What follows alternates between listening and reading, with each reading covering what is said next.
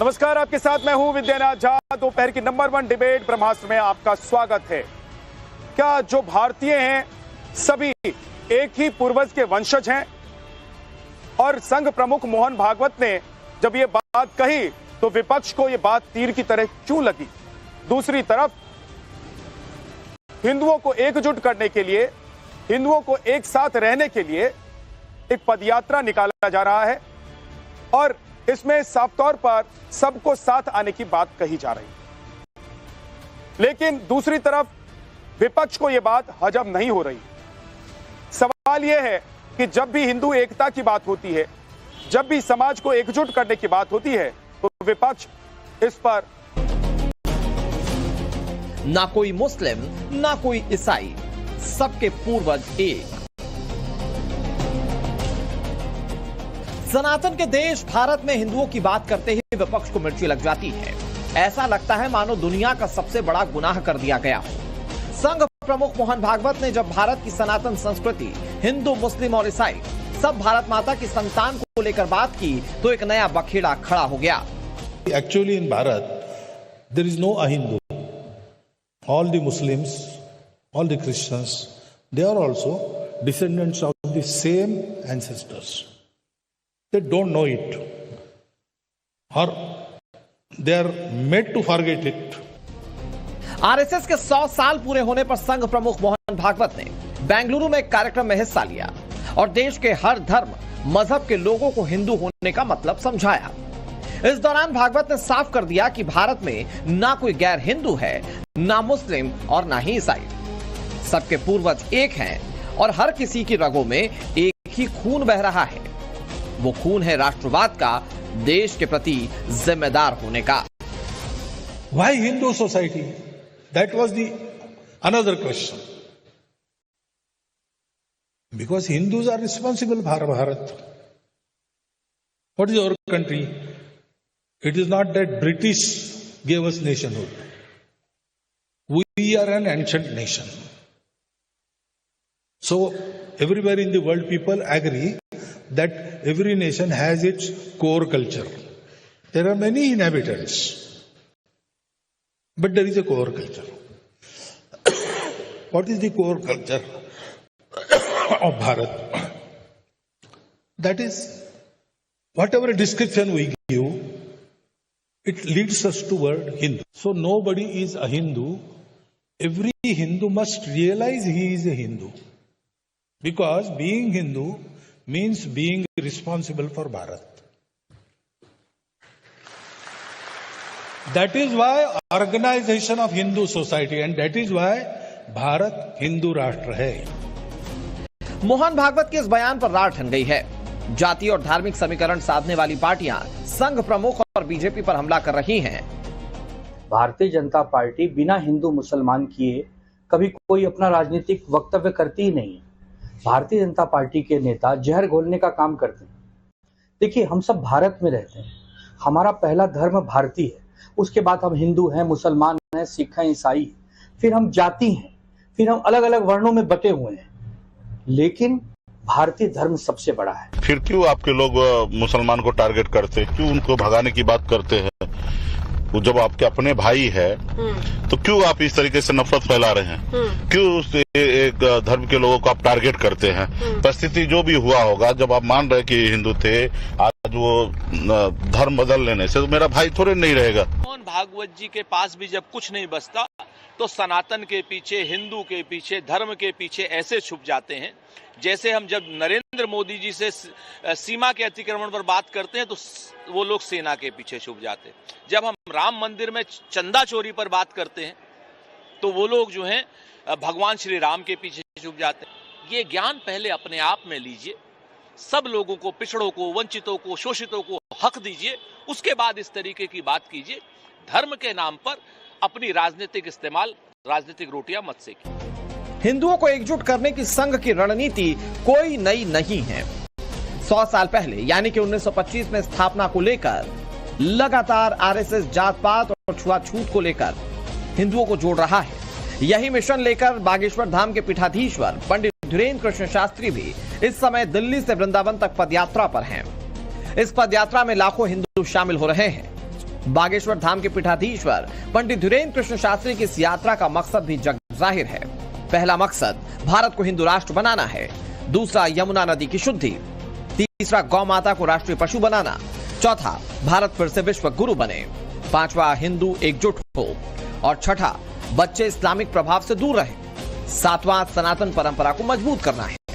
बालाजी की कृपा है, सन्यासी बाबा का आशीर्वाद है, हम तो माध्यम हैं। हनुमान जी हमसे ये कार्य करवा रहे हैं इस देश को हिंदू राष्ट्र बनाने के लिए। जब तक तन में प्राण रहेंगे तब तक हम हिंदू एकता के लिए जिएंगे, हिंदू एकता के लिए ही मरेंगे। हिंदू एकता होगी तो वो अपनी संस्कृति को जानेगा, यमुना जी को निर्मल रखेगा, गौ माता को पालेगा तो गौ संरक्षण होगा, गौ संवर्धन होगा। हिंदू एकता होगी तो वो मस्तक पर तिलक लगाएगा, जीर्ण शीर्ण पड़े मंदिरों का जीर्णोद्धार कराएगा।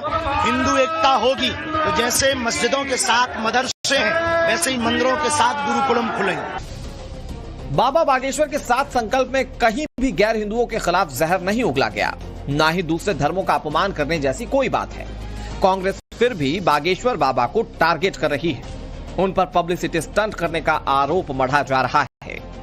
90% जब शूद्र हैं तो वैद कैसे माना जाएगा? वैद बनाने के लिए उनको शूद्रों को हिंदू बनाने की यात्रा करनी चाहिए। पहले उनको हिंदू बनाने की यात्रा करनी चाहिए।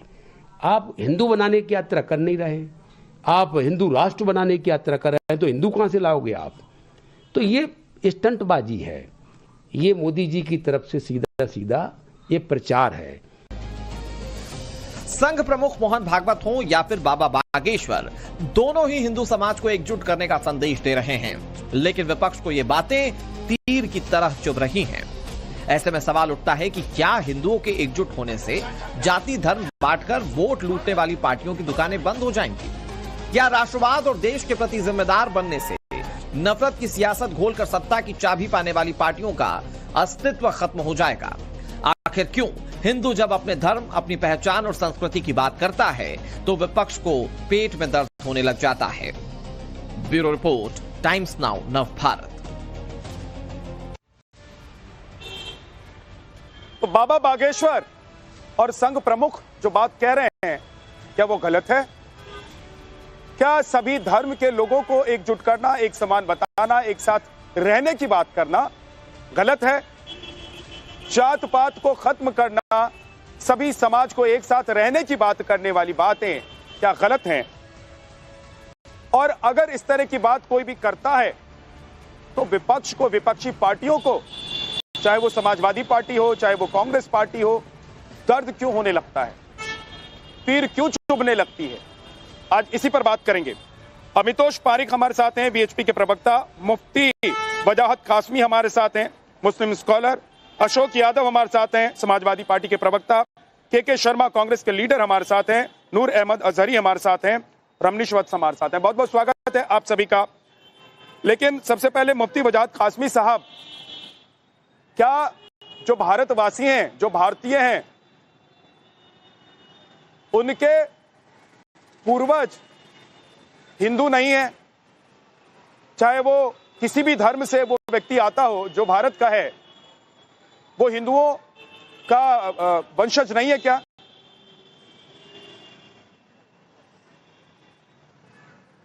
देखिए मेरे भाई, ये बहुत साफ और बहुत स्पष्ट बात है कि हमारे देश में, इस भारत में, हमारी जो जीने की पद्धति है, जो जीवन शैली है, वो सनातन के आधार पर कल्चरित है। सनातन की जिंदगी हम लोग जीते हैं। और आप किसी भी मजहब को उठा लीजिएगा, मैं आपको उसकी डिटेल फिर बता सकता हूं। क्योंकि मैं मुस्लिम हूं तो मुसलमानों से बात करूंगा। मुसलमानों की जिन जातियों पर भी आप बात करेंगे, एक दो को छोड़ करके, वो सारी हिंदू से कन्वर्जन हुई है मुस्लिमों में। उनके सबके पूर्वज, उन सबके बाप दादा जो है वो सनातनी थे, वो हिंदू थे, और वो भी कल्चर से आज भी सब सनातनी है, सब हिंदू हैं। इसलिए मोहन भागवत जी ने जो बात कही है, हम उस बात को अदरवाइज ना लें, उस बात को हम समझे कि उन्होंने वो किस पस मंजर में कही है, वो कहना क्या चाहते हैं।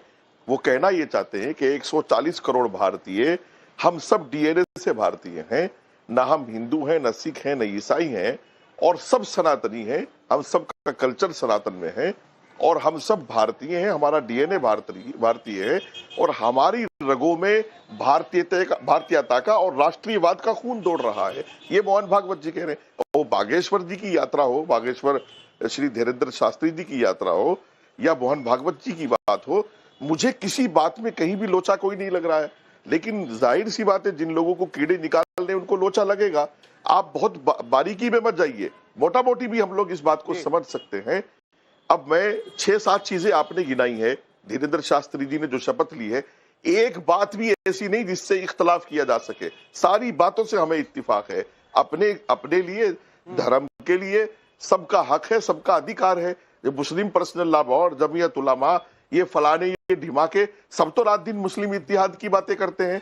वो तो इनमें कुछ चिंटू ऐसे हैं कि देवबंदी बरेलवियों को आपस में लड़ा रहे हैं, शिया सुन्नियों को आपस में लड़ा रहे हैं। इनकी चिंटूबाजी खत्म नहीं हो रही। वरना जब मुस्लिम पर्सनल लॉ के प्लेटफॉर्म पर ये आते हैं, वहां शिया भी होता है, बरेलवी भी होता है, अहले हदीस भी होता है, देवबंदी भी होता है, और जमीयत भी यही कोशिश करती है। भाई मुस्लिम भी आपस में इत्तिहाद की बात कर रहा है, और अगर सनातन के लोग, ये हिंदू लोग भी इत्तिहाद की बात कर रहे हैं, तो हमें इससे घबराहट की बात नहीं। और मोहन भागवत जी जो बात कहते हैं, मैं हमेशा से कहता हुआ आया हूं कि आप उस बात को अपने दिल पर तन्हाई में बैठकर लेकर के सोचें कि जिस देश में हम पैदा हुए हैं, जिस देश से हम आते हैं, वहां का कल्चर क्या है, वहां की परंपरा क्या है, वहां का, हम उस तरफ सोचें, ना कि हम नूर अहमद अजहरी साहब ईरान की तरफ और सऊदी की तरफ और दुबई की तरफ ना सोचें। कासमी साहब, मैं लौट कर आऊंगा। नूर अहमद अजहरी साहब, आप सहमत हैं वजाहत कासमी जी की बातों से? देखिए, वजाहत कासमी का अपना नजरिया हो सकता है। मैं किसी तरह की मुखालफत नहीं कर रहा हूँ। मैं इतना जरूर कहूंगा कि मोहन भागवत जी ने जो कहा है, वो देश के सेक्युलर संविधान को निकलना है, खत्म करना है। भारत में हिंदू, मुसलमान, सिख, ईसाई सब रहते हैं। यहाँ पर ये कह देना कि ये सब हिंदू हैं, तो मैं समझता हूँ ये सीधे भारत के सेक्युलर निजाम की रूह पर हमला है, भारत की गंगा जमनी तहजीब पर हमला है। और दूसरी बात यह है कि कोई भी, किसी को ये हक हासिल नहीं कि कोई अपनी संख्या के बलबूते पर, सत्ता और पावर के बलबूते पर किसी की पहचान और शिनाख्त को निगल ले। और ऐसा ही करने की कोशिश की जा रही है मोहन भागवत साहब के जरिए। दूसरी बात, जो अभी बात चल रही थी कि वो जो धीरेन्द्र शास्त्री हैं, वो एक हिंदू एकता का नारा दे रहे हैं, वो निकले हैं, सड़कों पर आए हैं, तो मुझे उनसे कोई एतराज नहीं है कि जो धीरेन्द्र शास्त्री ने जिस हिंदू राष्ट्र बनाने की बात कही है, संकल्प लिया है, तो मैं उनको देशद्रोही समझता हूं। और हर शख्स को मैं देशद्रोही समझता हूं जो भारत के चरित्र को हजम करना चाहता है, मिटाना चाहता है, निगलना चाहता है। बहुत खोल करके बोल रहा हूं। धीरेन्द्र शास्त्री जैसे लोग सिर्फ वर्चस्व की लड़ाई लड़ रहे हैं, हिंदू समाज को सड़कों पर ला करके मुसलमानों को ये दिखाना चाहते हैं, देखो भाई, हम हिंदू राष्ट्र बना रहे हैं। हम हिंदू राष्ट्र बनाने की कोई बात करेगा, इस्लामिक राष्ट्र बनाने की कोई बात करेगा, खालिस्तानी राष्ट्र बनाने की कोई बात करेगा, हम उसकी कल भी मुखालफत करते थे, आज भी मुखालफत कर रहे हैं, आगे भी मुखालफत करेंगे और डंके की चोट पे करेंगे। वजाहत कासमी साहब का अपना नजरिया हो सकता है, मैं उनके नजरिए के साथ में नहीं। नूर भाई, मैं एक सेकंड आपसे बात करनी चाहता हूं। वो भी इसी देश के एक मुसलमान हैं, आप भी इस देश के एक मुसलमान हैं, मिटाना चाहते हैं। हमारी शनाख्त तो सनातनी होना है, हमारी शनाख्त तो भारतीय होना है, हमारी शनाख्त तो हिंदुस्तानी होना है। तो मोहन भागवत जी कहाँ शनाख्त मिटा रहे हैं, बताइए। अरे कैसी बात, सनातन एक धर्म है, सनातन एक मजहब है आदमी है। भाई वजाहत भाई, सनातन एक कल्चर है, सनातन एक कल्चर है, सनातन एक मजहब है, सनातन एक कल्चर है, धर्म है, और सब भारतीयों का कल्चर है, सब भारतीयों का कल्चर है। और भारत में रह रहे हैं तो हिंदू हो गए हम। यही गलत फहमी आप फैलाते हैं। इन्हीं गलत फहमियों की वजह से आप नौजवानों को भड़काते हैं। गलत भाषा के साथ मैं सही भाषा का, अरे मैं सही भाषा का उपयोग कर रहा हूं। मैं सही भाषा का, सनातन एक कल्चर है और हर भारतीय का कल्चर सनातनी है, उनके खिलाफ हर भारतीय का कल्चर सनातनी है। पहले से जानते हैं आपके बारे में। आपको तो सरकार के स्टैंड के साथ में आपको भाजपा के स्टैंड के साथ में, आरएसएस के स्टैंड के साथ में खड़ा होना मजबूरी है आपकी, हमारी नहीं है। हम भारत के साथ में। नूर भाई नहीं, प्लीज नहीं, सही बात करो, मुल्क की एकता के साथ सही बात पहुंचाओ, सही मैसेज पहुंचाओ। ये नहीं, प्लीज नहीं। सनातन हर भारतीय का कल्चर है, हम सब की सनातनी परंपराएं हैं, उनको हम छोड़ नहीं सकते। हर भारतीय को सनातनी होना चाहिए। मैं ऑन रिकॉर्ड आपसे कह रहा हूं, और प्लीज आप ये सब बातें ना फैलाएं। क्या खौफ पैदा है आपके अंदर, पता नहीं क्या बोल रहे हो आप, समझ में नहीं आ रहा है। इसी चीज ने तो आपको टकराव भाषा का प्रयोग कर रहे हो। सनातन, आपने सनातन को धर्म बता दिया और नौजवानों को भड़का दिया। हमारे कल्चर क्यों होगा बताओ ना आप। देखिए मेरी बात, बिल्कुल क्यों नहीं होगा। अगर आप भारतीय हैं, वरना फिर आप इराक से आए, ईरान से आए। अगर आप भारतीय हैं तो आपका कल्चर सनातनी है। हिंदू हर भारतीय का कल्चर सनातनी है। क्या है आपको ये बात कहने का? अरे भाई कैसे नहीं मानेंगे आपकी बात यार, कमाल है। हिंदुस्तान में हर पैदा होने वाला इंसान सनातनी है, इस बात को मान लो आप। वजाहत भाई वो सही बोला है, वो सही बोला है। और उनको भारत के सेक्युलर निजाम, वो राष्ट्र की भाषा है जो मोहन भागवत जी ने बोला है, वो राष्ट्र की भाषा है। सेक्युलर निजाम को वो राष्ट्र की भाषा है जो उन्होंने बोला है। जिम्मेदारी के साथ सुनिए, वो भारत के मुझे बताइए, दुश्मन एक सेकंड मुझे ये बताइए नूर भाई, साबित हो रहे हैं नूर भाई मुझे ये बताइए, धीरेन्द्र शास्त्री क्या गलत कर रहे हैं? क्या आप लोग मुस्लिम इत्तेहाद का नारा नहीं लगाते हो क्या? आप नहीं कहते हो क्या सब अल्लाह की रस्सी पर एक हो जाओ? आप नहीं कहते क्या देवबंदी बरेलवी एक हो जाओ? करे उसके खिलाफ एक एफआईआर भी ना हो तो क्या बुरा किए? फिर मैं क्या बुरा किए? मैं कह रहा हूं क्या बुरा किए? क्या दुनिया में 80 से ज्यादा इस्लामिक राष्ट्र हैं, दुनिया में 70-80 से ज्यादा क्रिश्चियन राष्ट्र हैं। भारत के निजाम को निकल रहे हैं। अरे क्या मुसीबत हो जाएगी? आप हिंदुओं के इतने खिलाफ क्यों हैं? आप हिंदुओं के इतने खिलाफ क्यों हैं? संविधान, आप हिंदुओं के इतने खिलाफ क्यों हैं? ये बताइए ना, हिंदुओं के संविधान के खिलाफ है या नहीं? क्या ये भाषा भारत के संविधान के खिलाफ है या नहीं? बताओ आप हमें। आप हिंदुओं के इतना खिलाफ क्यों है? इतनी नफरत क्यों है आपके अंदर? हिंदुओं के खिलाफ है, नफरत क्यों है? हमारी कौन सी ऐसी भाषा है? अरे 100 करोड़ है इस देश में मेरे भाई, उनका देश है। 100 करोड़ है वो लोग। क्या झूठ फैला रहे हो? क्या आपत्तिजनक बात आप कर रहे हो यार? क्या बातें करते हो नूर अहमद अजहरी की बातों से मुसलमान युवा गुमराह होता है। आप इनकी इन्हीं बातों से मुसलमान गुमराह होता है। वजाहत कासमी जी, एक सेकंड सर। वजाहत कासमी जी, वजाहत कासमी, एक सेकंड रुक जाइए। नूर भाई आप भी रुक जाइए थोड़ा सा। एक चीज जो वो कह रहे हैं वजाहत कासमी साहब, क्या उससे आप इनकार कर सकते हैं कि सबका डीएनए एक है, सबकी जड़ें एक है? और अगर सबकी जड़ें एक है तो सब सनातनी तो हुए। इसमें क्या दिक्कत है नूर साहब? इसमें कौन सा हिंदू मुसलमान हो गया? ये तो अच्छी बात है, ये तो अच्छी बात है कि अगर सब एक है तो इस देश से हिंदू मुसलमान जात पात खत्म हो जाएगी। आदमी कहलाते हो, बोलो आदम की औलाद है। क्या आप आदमी कहलाते हो? आदम की औलाद हो? मैं सनातनी हूँ। मानोगे आप? आदम मैं सनातनी हूँ। आप तो मैं सनातनी हूँ। मैं आदमी हूँ ना, मैं आदम की औलाद। मैं सनातनी हूँ। मैं आदमी हूँ, आदम की औलाद हूँ। मैं सनातनी हूँ। मैं आदम की औलाद हूँ। बता तो रहा हूँ भाई, आप आदम की औलाद होंगे, आपका कोई आपकी जड़ें तो होंगी ना कहीं। आदम हमारी आपकी जड़ें तो कहीं होंगी कि आसमान से टपके हैं। हमारी जड़ का नाम आदम है। आसमान से नहीं टपके हैं ना नूर साहब? हम बोल तो रहे हैं हमारी जड़ बेजड़ है, इनकी कोई जड़ नहीं है। ठीक है, अमितोष कुछ कहना चाह रहे हैं? कोई जड़ नहीं है।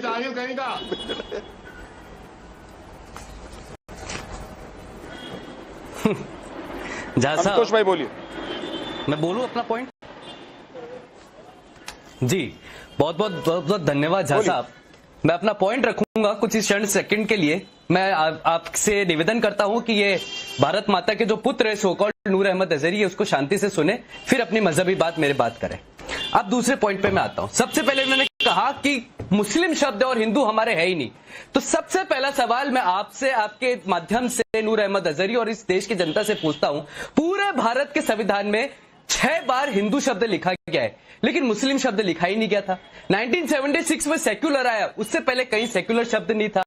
और मैं बड़ी माध्यम से कह रहा हूं, जो संविधान की अभी बात कर रहे थे, 351 आर्टिकल 351 में साफ लिखा है हिंदुस्तानी, और वहां पर है directive for development of Hindi language, और उसमें हिंदुस्तानी शब्द लिखा है, तो मुस्लिम शब्द आए नहीं। लेकिन जिस संविधान की बात करते हैं, उसी संविधान के मूल अधिकारों का जब ये बात करते हैं, उसी के ऊपर में राम राज्य लिखा है और राम राज्य का चित्र बना हुआ है, लेकिन ये उस संविधान में उस राम राज्य को भूल जाते हैं और नफरत की बात करने लग जाते हैं। एक श्लोक आपके सामने पढ़ता हूं मैं, उत्तरम यदु समृद्धस्य हिमज दक्षिण दक्षिणम वस्तदम भारतम नाम भारती यत्र संतति, और वही भारत की बात माननीय संचालक जी ने कही, वही मोहन भागवत जी ने कही। हिमालय संभय यवत बिंदु सर्वरम हिंदुस्तान मति ज्ञातम ही अमृतकेश्वर आयुगतम। कहा है मुस्लिम शब्द, लेकिन देश में रह रहे हैं और खुद के बेनिफिट के लिए रह रहे हैं, इसलिए काफिरों का लैंड चुन लेते हैं। कुरान से हवाला देता हूं मैं, कुरान में सूरत 4 अन-निसा में आयत 97 कहती है, फरिश्ते कहते हैं क्या अल्लाह की धरती विस्तृत नहीं थी कि तुम उसमें घर बार छोड़कर कहीं चले जाते?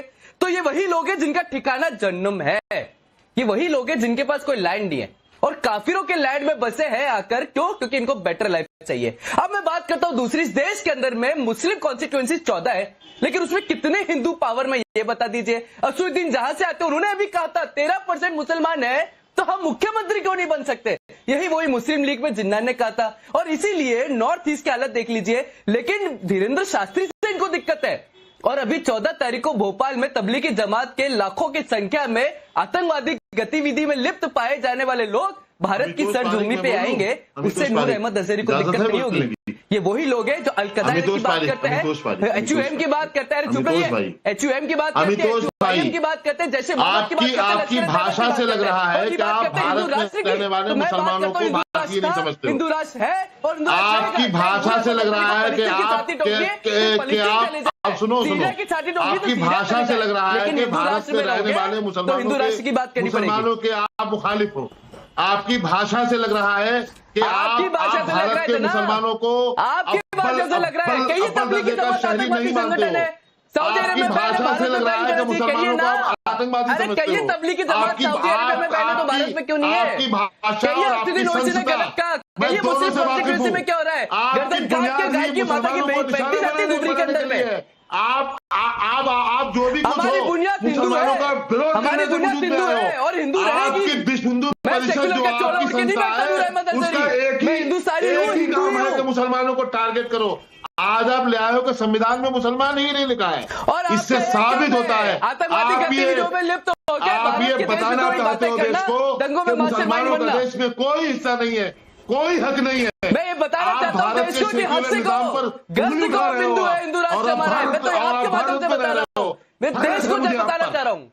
अगर संविधान की गलत किताबें लेके घूमते हैं, मैं सारी औरत से कह रहा हूँ, नूर अहमद अजहरी लोग अनपढ़ मदरसे से पढ़े हुए लोग हैं और ये गलत संविधान कोट करते हैं। संविधान में मुस्लिम शब्द कहीं नहीं लिखा था, 1976 में सेकुलर आया, 6 बार हिंदू लिखा गया है। कुरान कहती है कि काफिरों के लैंड में बसो, एक दूसरे के ऊपर मत बेनिफिट है, ये आपसे दोस्ती भी कर सकते हैं, लेकिन उसके बाद में काफिर कहते हैं हिंदू राष्ट्र कहते में रहकर हिंदू की विरोधी बात करते हैं। सीने में झांक करके देखो, यही तुम्हारे लिए बेहतर होगा।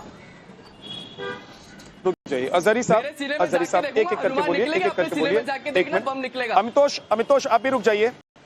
देखिए आप कह रहे हैं कि आप आदम की संतान हैं, सर ये भी बताते जाइए नूर अहमद अजहरी कि पहले सनातन या पहले इस्लाम, और पंथ अगर किसी चीज से किसी धर्म से कोई पंथ निकला है पहले इस्लाम, तो क्या आप हमारे पंथ को जड़ मानेंगे या जहां से वो पंथ निकला है उसको जड़ मानेंगे? एक सेकंड सर रुक तो जाइए नूर अहमद अजहरी साहब। इनके लिए ना संविधान पहला है ना देश पहला है, पहला है तो इस्लाम। आपके लिए तो देश से पहले इस्लाम है, आपके लिए संविधान से पहले इस्लाम है, आपके लिए इंसानियत से पहले इस्लाम है। और यही दिक्कत है आप लोगों में कि इस्लाम की वजह से आप सब मिटा सकते हैं, लेकिन इस्लाम की वजह से आप देश के लिए खड़े नहीं हो सकते हैं। इस्लाम की वजह से आप आतंकियों के साथ खड़े हो सकते हैं, लेकिन हिंदुस्तान के साथ खड़े नहीं हो सकते हैं। लेकिन इस्लाम इसकी इजाजत नहीं देता है, इस्लाम इसकी इजाजत नहीं देता है। इस्लाम ऐसे लोगों को काफिर मानता है।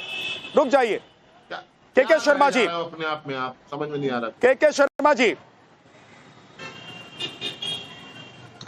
हाँ सर आपको मेरी बात समझ में नहीं आएगी क्योंकि आपको उतनी बात समझ में आती है जितनी आप समझाना चाहते हैं लोगों को। के शर्मा जी, नूर अहमद इसमें क्या गलत है सर? सेक्युलरिज्म ये है, शर्मा जी एक सेकंड, बाकी सबका ऑडियो डाउन कर दीजिए। के शर्मा जी, सेक्युलरिज्म इस बात में है कि सभी धर्म, सभी पंथ, सभी समुदाय के लोग एक हैं, या सेक्युलरिज्म इसमें है कि मुसलमानों का वोट बांटने के लिए, मुसलमानों को वोट बैंक बनाए रखने के लिए अगर कोई सभी को एक साथ रहने, एक साथ जोड़ने की बात करता है तो वो बात आप लोगों को तीर की तरह चुभ जाती है? देखिए, पहली बात है ये, अब बार बार आप कहते हैं कि हमको चुभ जाता है, हमें कांग्रेस को तो चुभ ही नहीं रहा है।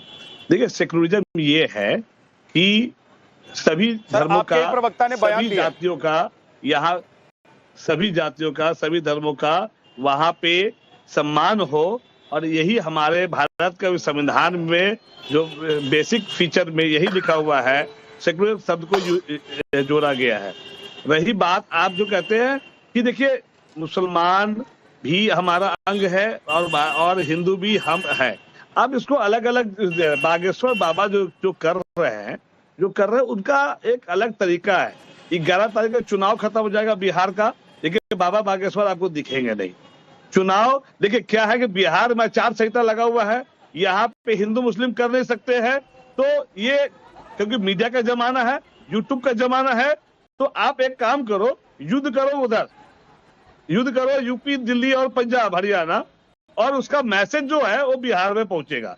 नूर अहमद अजहरी जी, आपको मैं जवाब दे दूं कि मोहम्मद पैगंबर जब 610 ईस्वी में आए थे तब आपका जन्म हुआ था, और ये सनातन जो है कोई धर्म नहीं है, जैसे हमारे मुफ्ती बजात जो है बताए, सनातन एक विचार है, ठीक है, और सनातन जो है 90,000 वर्ष पुराना, और यदि साइंस की बात करते हैं तो साइंस के हिसाब से भी 12,000 वर्ष पुराना सनातनी धर्म नहीं है, सनातनी कल्चर को हम लोग यहाँ यूज करते थे, और आप 610 ईस्वी में आए हैं, तो आप अभी बहुत है। और सुनिए, हम आदम के जरूर वंशज है, लेकिन ये जान लीजिए कि मुसलमान जो है वो हिंदू मुसलमान जो है भारत में था ही नहीं, वो बाहर के राज्यों से, देश से जब अफगान आए और मुगल आए तो वो धीरे धीरे यहाँ पे धर्म का परिवर्तन हुआ और धर्म चेंज हुआ,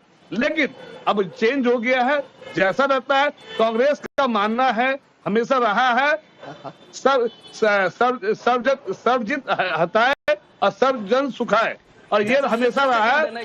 हिंदू मुस्लिम सिख ईसाई हम सब है भाई भाई, और हमारे राहुल गांधी जी यदि वो संविधान को लेकर चल रहे हैं हाथ में, तो उनको पता है कि ये बाबा बागेश्वर जैसे लोग आएंगे और देश में धार्मिक उन्माद फैलाकर यहाँ पे आग फैलाएंगे। इसीलिए, और ये हमें पहले से एहसास है कि बीजेपी क्या करना चाहती है, इसीलिए हम घर घर जाकर पद यात्रा कर हमारे नेता राहुल गांधी जी संविधान को बचाने के लिए हर लोगों से जागने की कोशिश कर रहे हैं, सबको जगाने की कोशिश कर रहे हैं। ठीक है ना? के शर्मा जी का जवाब मुझे लगता है नूर अहमद अजहरी आज देना चाहेंगे। ये मत बोलिए, ये कमाल की बात है कि कांग्रेस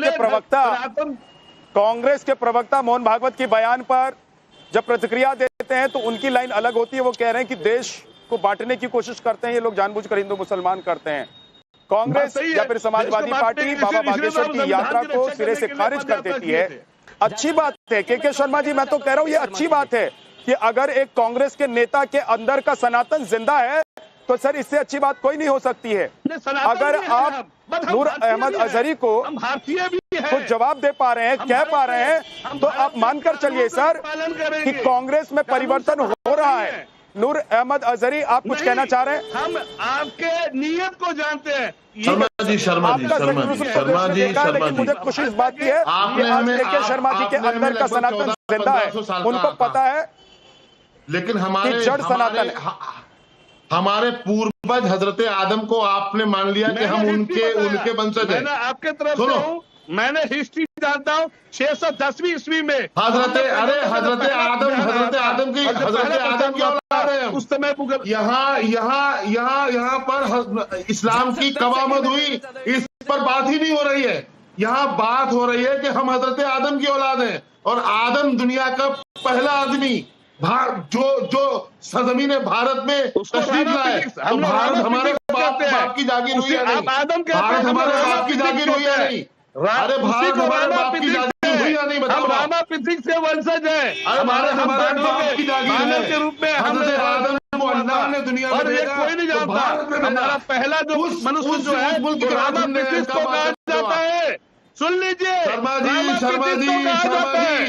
आपने कहा सनातन धर्म नहीं है, तो आपसे पूछता हूँ आप किस धर्म से ताल्लुक रखते हो? है ना, आप लोग है ना, आप लादीनी हो या कोई दीन है लगाते हैं, आप भाजपा के एजेंट हैं, आप भाजपा के एजेंट हैं, आप लोग आग लगाने की कोशिश, आप मुसलमान की तो अरे शर्मा जी करते हैं, वो हिंदू की बात करता है और हम दोनों की बात करते हैं। फर्क नहीं है आप में और हम में, कांग्रेस ने ही आरएसएस की परवरिश की है, हमें आप मत सिखाओ। आप नकली टोपी वाले हैं, कांग्रेस ने ही ये जो चिंटू गलियों में घूम करके मुसलमानों को गालियां दे रहे हैं, पहली बार नहीं दे रहे हैं, आपकी सरकारों में भी है गालियां। कांग्रेस क्या है जानते हैं? कांग्रेस के बारे में हम ज्यादा अपना बोले बेहतर होगा। चलिए, कांग्रेस के नेता का विचार समझ में आ रहा है। के शर्मा जी, के शर्मा जी, एक सेकंड सर, के शर्मा जी रुक जाइएगा प्लीज। सर आप दोनों रुक जाइए, दोनों का ऑडियो डाउन कर दीजिए, दोनों का ऑडियो डाउन कर दीजिए। देखिए, मैं ये कह रहा हूं कि कांग्रेस ने जिस नैरेटिव के साथ इस देश में राजनीति की है और राज किया है, अगर कांग्रेस का कोई नेता आज ये कह रहा है कि सनातन सर्वोपरि है, तो मुझे लगता है कि कांग्रेस को भी के शर्मा जैसे अपने नेताओं से सीखने की जरूरत है और उनको सीखना चाहिए। अमितोष पारिक, आप कुछ कहना चाह रहे हैं? 30 सेकंड्स में आप अपनी बात कहिए, उसके बाद अशोक यादव जी के पास नहीं जा पाया। जैसा बिल्कुल जैसा बस 10 सेकंड के अंदर में मैं काउंटर कर रहा हूं। मैं के शर्मा जी की आइडियोलॉजी पे कभी भी कोई डाउट नहीं कर रहा। उन्होंने आपके माध्यम से एक बात कही, लेकिन इनको आज दिक्कत इस बात की होने वाली कि कुछ दिनों पहले ही जो सेक्युलर की बात कर रहे हैं, तेलंगाना के अंदर में खुले मन से कहा गया Congress is Muslim and Muslim league is Congress. तब क्यों चुप हो जाते हैं सारे सेक्युलर्स और लिबरल्स? विचार यही करना है कि जिस तरह से वेलवेर एल्विन के साथ नॉर्थ ईस्ट में क्रिश्चियनिटी फैलाई, नेहरू के लेटर के साथ, एग्रीमेंट के साथ, आज इसलिए नॉर्थ ईस्ट पूरा क्रिश्चियन मेजोरिटी होता जा रहा है। और इसी सेक्युलरिज्म की वजह से भारत के अंदर में कई राज्य हिंदू माइनॉरिटी हो गए, और इसी सेक्युलरिज्म की वजह से 11 जिले असम के अंदर में माइनॉरिटी हो गए, और इसी सेक्युलरिज्म की वजह से रोहिंग्या भारत के अंदर में सेटल हो गए, और इसी सेक्युलरिज्म की वजह से कोर्ट को हिंदू डिफाइन करना गया, लेकिन मुस्लिम कभी डिफाइन नहीं करना गया। यही सेक्युलरिज्म है और इसी के आड़ में देश के अंदर जो हो रहा है वो हम सबके समक्ष है। अरे भाई 14 के बाद आप आ चुके हैं ना, तो सोए हुए हो क्या? चूड़ी पहने हुए हो क्या? हाथ में हथकड़ी लगा हुआ है क्या तुम्हारे? जो तुम खाली तो ये पूछ रहा हूं, तुम सिर्फ मुद्दा उठाते हो। कांग्रेस मुस्लिम, मुस्लिम लीग इज कांग्रेस क्यों बोला गया? बताइए देश को। आप तो के शर्मा जी फिर तुम तड़ाक पर आ गए सर। ये परंपरा रही है क्या आप लोगों की? नहीं रही है सर, क्यों तुम तड़ाक पर आते हैं आप लोग? आप अपनी बात लॉजिकली कहिए, ऑथेंटिकली कहिए, रेफरेंस के साथ कहिए। अच्छा लगता है के शर्मा जी, आप जैसे लोग जो सीजन्ड हैं, प्रवक्ता है, टीवी चैनल्स पर बैठते हैं, तुम तड़ाक पर आते हैं, तो आप सोचिए कि आपके नीचे वाले जो लोग हैं, जो आप लोगों से सीखते हैं, आप लोगों को देखकर बोलना सीखते हैं, टीवी पर बैठते हैं, वो क्या करेंगे और क्या सोचेंगे। अशोक यादव जी, क्या आपको इस बात में कोई दिक्कत है, या आपकी पार्टी को इस बात से कोई दिक्कत है कि सभी सनातनी है, सबकी जड़ें एक है? सनातन से पहले इस्लाम आया था क्या?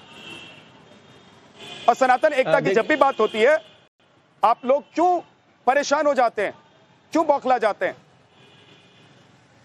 विद्यानाथ भाई, मुझे उम्मीद है कि जैसे बाकी लोगों को आपने अनइंटरप्टेड टाइम दिया, मुझे भी देंगे, मेरे फ्रीडम ऑफ स्पीच का सम्मान करते हुए। देखिए, मोहन भागवत जी की बात आपने कही यहाँ पर, और 27 सितंबर 1925 जब से आरएसएस का गठन हुआ, तब से लेकर के वो 6वें उसके चीफ हैं। इसके पहले डॉक्टर केशव बल्लाम हेडगेवार, माधव सदाशिव गोलवलकर, या मधुकर दत्तात्रेय होसबोले थे, या सुदर्शन थे, राजेंद्र सिंह थे, और माधव, अरे अभी जो लेटेस्ट हैं। तो आप इन 6 का अगर एनालिसिस करेंगे तो आपको 5 ब्राह्मण 1 ठाकुर। पीडीए कहाँ है? आप यही तो मैं कहने की कोशिश कर रहा हूं कि पीडीए हटाकर इनका हिंदुत्व चलता है। हिंदुत्व इनका है लेकिन उसमें पीडीए नहीं।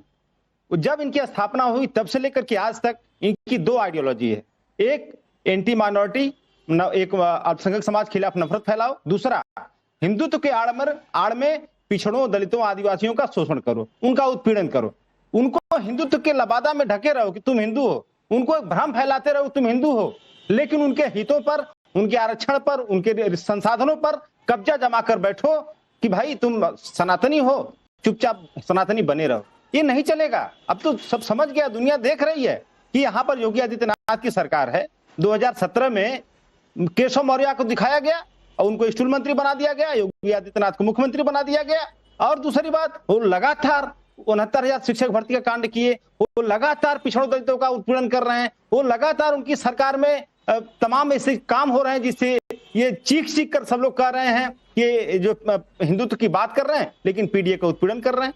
पीडीए के जाति देख करके इनकाउंटर्स हो रहे हैं, जाति देख करके बुलडोजर चल रहे हैं, जाति देख करके नौकरियां दी जा रही है या नौकरियां छीनी जा रही हैं, जाति देख करके अभी महात्मा गांधी काशी विद्यापीठ में 1471 नंबर पाने वाले लड़कियों को गोल्ड मेडल नहीं दिया जाता है, उससे कम नंबर पाने वाले को गोल्ड मेडल दे दिया जाता है। तो ये सब काम जाति के आधार पर हो रहा है। और मोहन भागवत जी कह रहे हैं कि सब लोग हिंदू हैं, सब लोग सनातनी हैं। तो पहले तो आप अपनी जो आइडियोलॉजी उसको परिवर्तित करो और मानो कि पीडीए भी हिंदू है, लेकिन आप कागजों में तो कहते हो पीडीए हिंदू है, आप माइक पे तो कहते हो सब लोग हिंदू हैं, लेकिन जब हक और हकूक देने की बात आती है तो कहते हो जाओ तुम नीचे बैठो, स्टूल पे बैठ जाओ।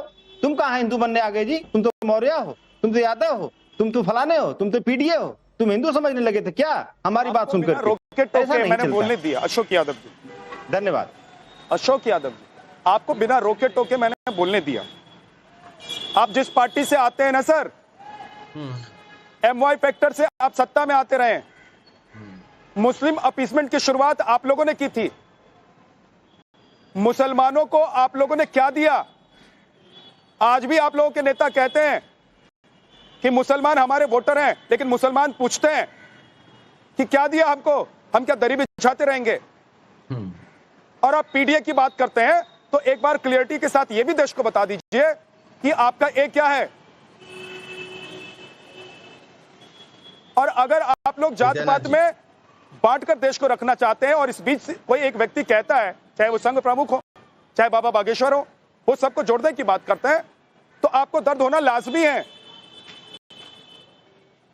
देश आगे बढ़ना चाहता है अशोक यादव जी, जात पात धर्म से ऊपर उठकर एक राष्ट्र, एक देश, एक समाज की बात करना चाहता है।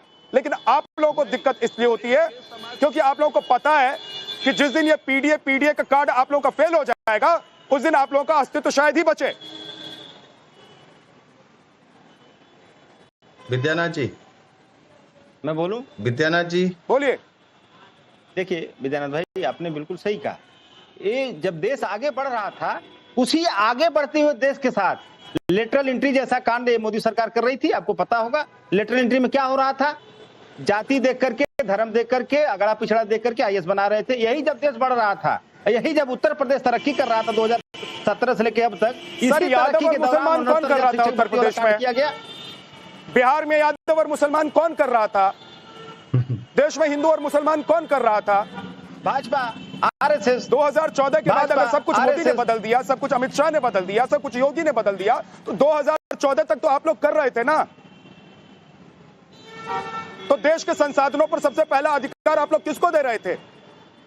अपीसमेंट आप तब कर रहे थे, या अपीसमेंट अब हो रहा है जब ये लोग कह रहे हैं कि चाहे वो हिंदू हो, चाहे मुसलमान हो, चाहे जात कोई भी हो, सभी भारतीय हैं, सभी सनातनी हैं।